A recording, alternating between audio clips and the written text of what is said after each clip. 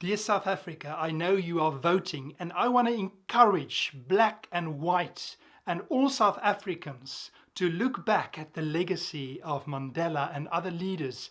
I had the amazing privilege to attend a meeting this week where Colin Chambers, who was the pastor for Nelson Mandela on Robben Island for 8 years, gave his testimony and reflected in some detail on the history of South Africa and how God used reconciliation to bring together all the different nations.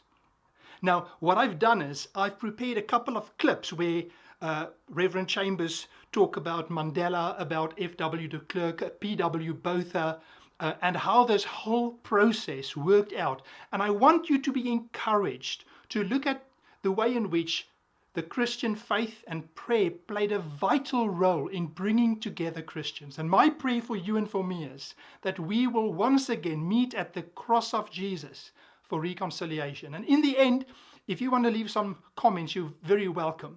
And let's pray that God will bring reconciliation in South Africa again. Thank you so much for watching.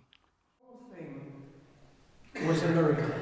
South Africa was heading for civil war. There was no question about it. And the nation went to prayer, as South Africa often does in times of drought, in times of various things.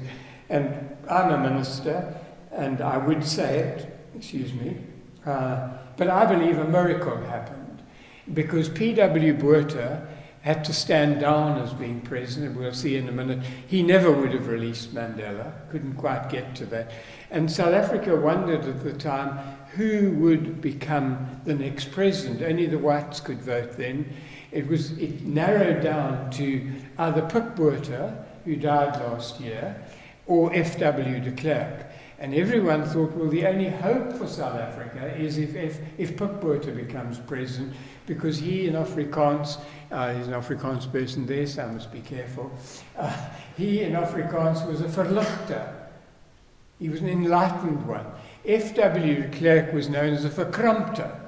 I've looked up the meaning of the word verkrampter, and I think it's intransigent, rigid in his ways, on the far right of the party.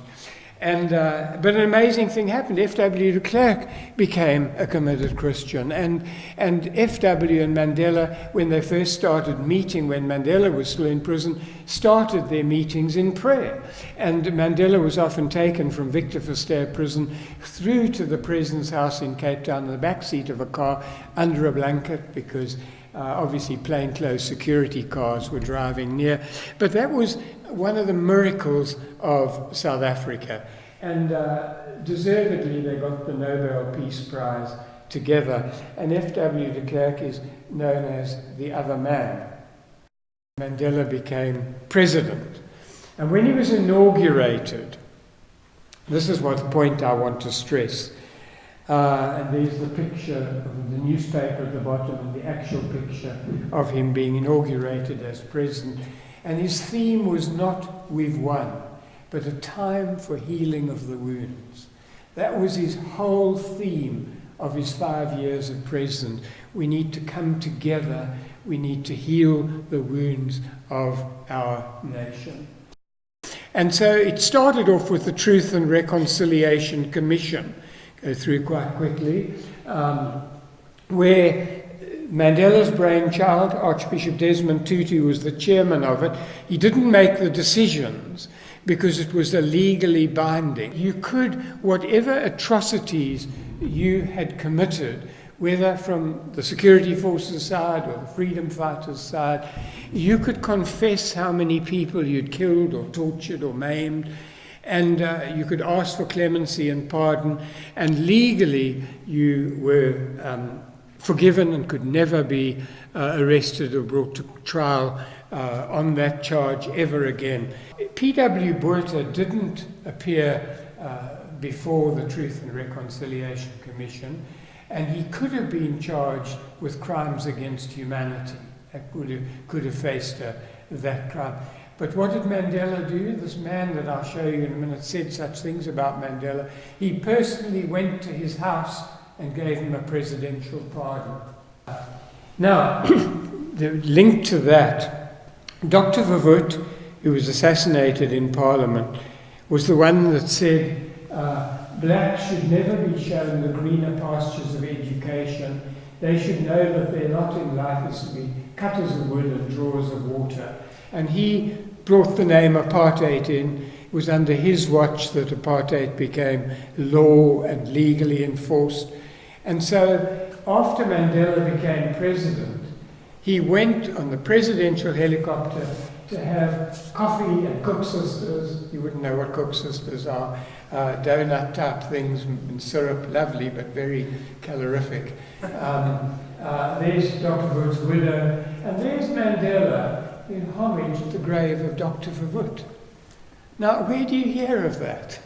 Where the oppressed goes and gives homage at the grave of the oppressor. Such a man was Nelson Mandela.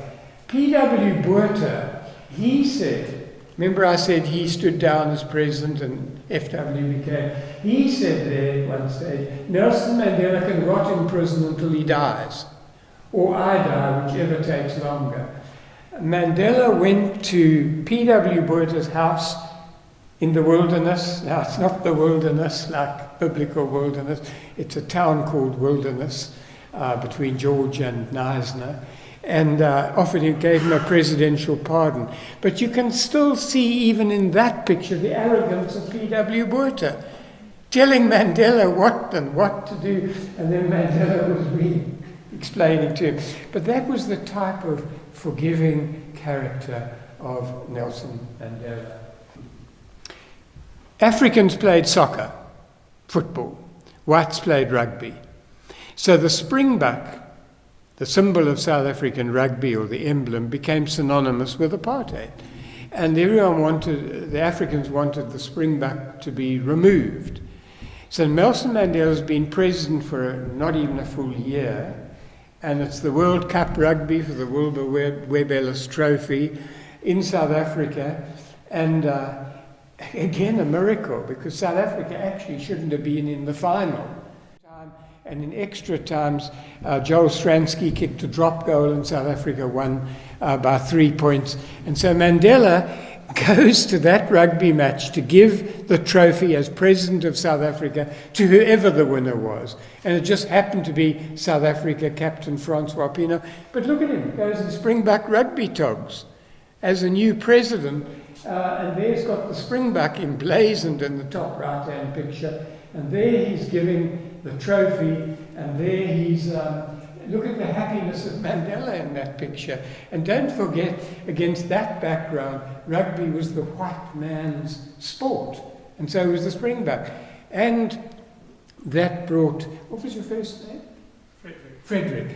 I'll say this to Frederick because he's an Afrikaner and I'm an Englishman. That kind of brought the Afrikaners on board in a big way, because he says, absolutely, thank you, because rugby is very much an Afrikaner bastion then. Now it's mixed. So that played a big part in reconciliation.